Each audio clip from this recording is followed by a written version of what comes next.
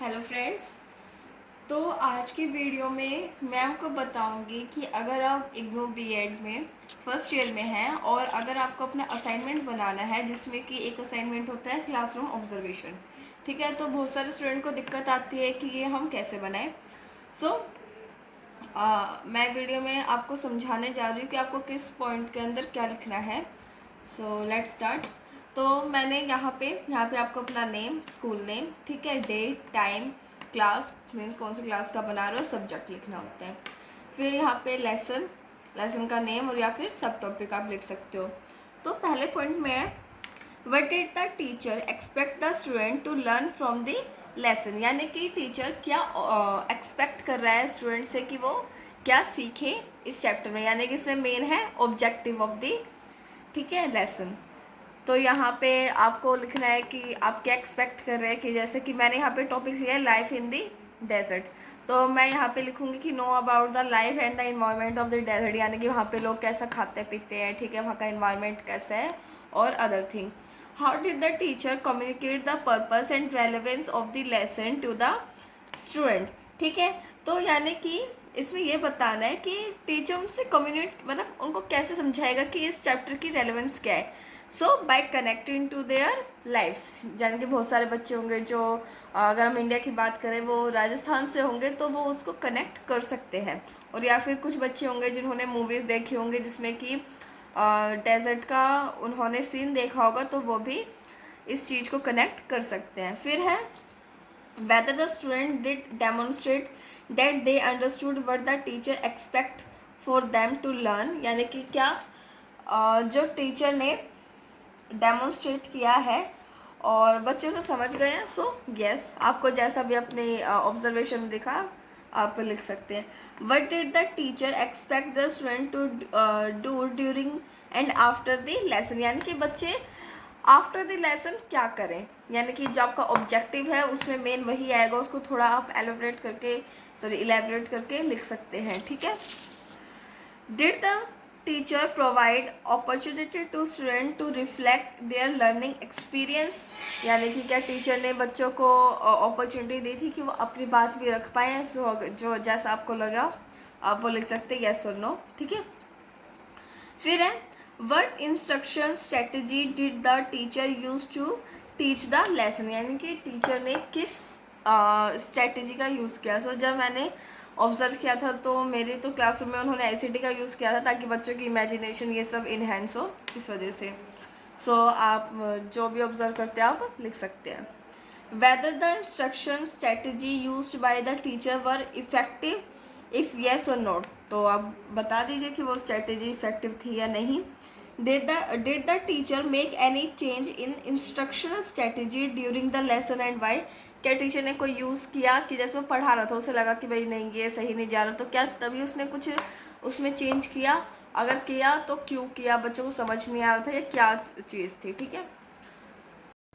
अब next point है did instructional strategy promote a higher level of thinking and performance among the student, क्या जो आपने instruction ये स्ट्रेटजी यूज़ की है ये बच्चों में हायर लेवल ऑफ थिंकिंग इसको प्रमोट करती है तो कैसे करते हैं। वेदर द स्ट्रक्चर स्ट्रेटजी वर और were not effective in enhancing student learning and success, यानी कि जो आपने स्ट्रेटजी यूज़ की है क्या वो इफ़ेक्टिव है या फिर नहीं है। अगर है तो यस लिखना है, नहीं तो नहीं लिखना है। What was the content of the lesson, वही आपका इसका टॉपिक ही आ जाएगा कि कंटेंट क्या था। How did the content relate to learner and their learning, यानी कि ये जो कंटेंट है ये लर्नर से कैसे रिलेटेड है, यानी कि अगर आपको सिखा रहे तो उनकी जाहिर सी बात है कि उनकी डेली लाइफ से रिलेटेड होगा, ठीक है, नहीं तो उन्होंने इस चीज़ को कहीं पे एक्सपीरियंस किया होगा। What suggests that the teacher did or did not have a throughout knowledge and the understanding of the content, यानी कि टीचर को उस चीज़ की नॉलेज है या नहीं है, ठीक है, ये आपको कैसे पता चला। सो जैसे कि जब मैंने ऑब्जर्व किया तो टीचर को उसकी नॉलेज थी, मैंने लिख दिया क्योंकि जो बच्चे हैं वो बहुत ही आसानी से चीज़ों को समझ रहे थे। डैट मीन अगर हमें कोई चीज़ अच्छे से समझ आती है तभी उस चीज़ को हम आगे डिलीवर कर सकते हैं।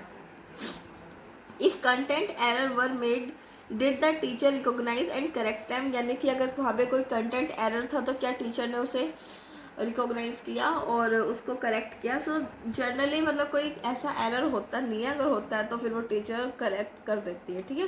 सो जब मैंने ऑब्जर्व किया तो कुछ ऐसा नहीं था।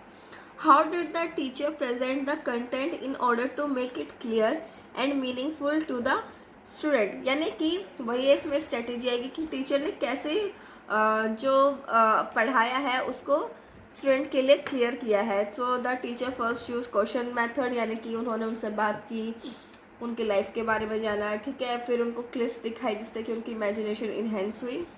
फिर है how did the teacher maintain a constant awareness of student performance throughout the lesson, ठीक है। यानी कि उन्होंने जो उनकी अवेयरनेस थी उसको कैसे जारी रखा, यानी कि बच्चे मोटिवेट रहे। सो बाय आस्किंग क्वेश्चन, या उन्होंने जो भी किया डिस्कशन किया and what ever. How did the teacher monitor student engagement understanding of performance during the lesson, यानी कि टीचर ने उनकी जो इंगेजमेंट थी, अंडरस्टैंडिंग थी, इसको कैसे मॉनिटर किया। तो जाहिर सी बात है हम बीच बीच में उनसे क्वेश्चन पूछ के ही कर सकते हैं कि हमने एक छोटा सा टॉपिक पढ़ाया फिर उनसे रिलेटेड क्वेश्चन पूछ लिया, अगर बच्चे बता पा रहे हैं तो हाँ ठीक है वो समझ रहे हैं, ठीक है। What adjustment if any did the teacher make during the lesson and why, यानी कि टीचर ने क्या कोई एडजस्टमेंट करी लेसन के बीच में, अगर करी तो क्यों करी, ठीक है।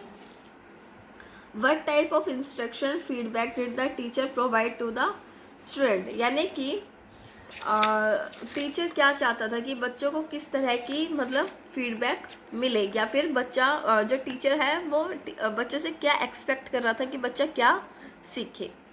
चलो नेक्स्ट है how effective was the feedback in term of enhancing the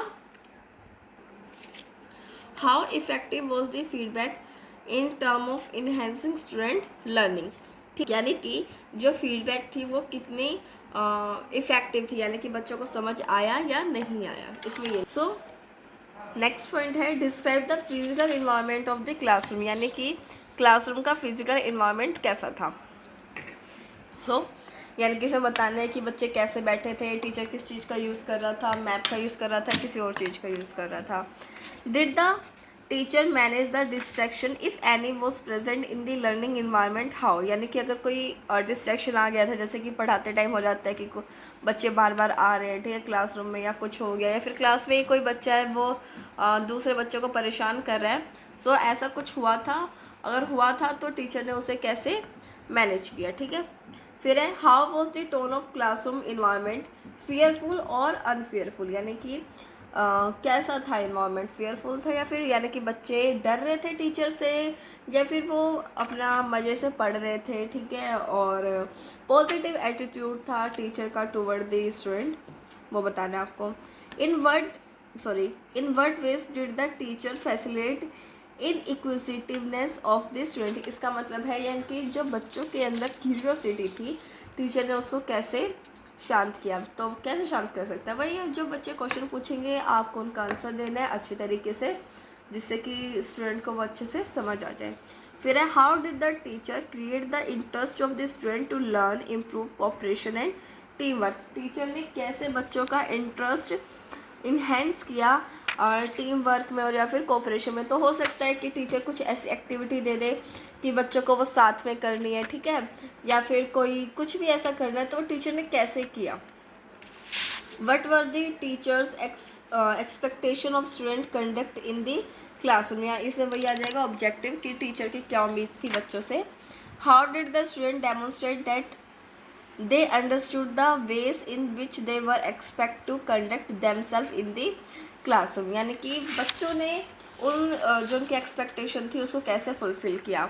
how did the teacher address in appropriate student behaviour if any during the lesson, यानी कि अगर बच्चों का कोई इनअप्रोप्रिएट बिहेवियर था तो क्या टीचर ने उसको कैसे दूर किया, अगर कोई था भी तो, अगर नहीं था तो उसे नो लिख दीजिए।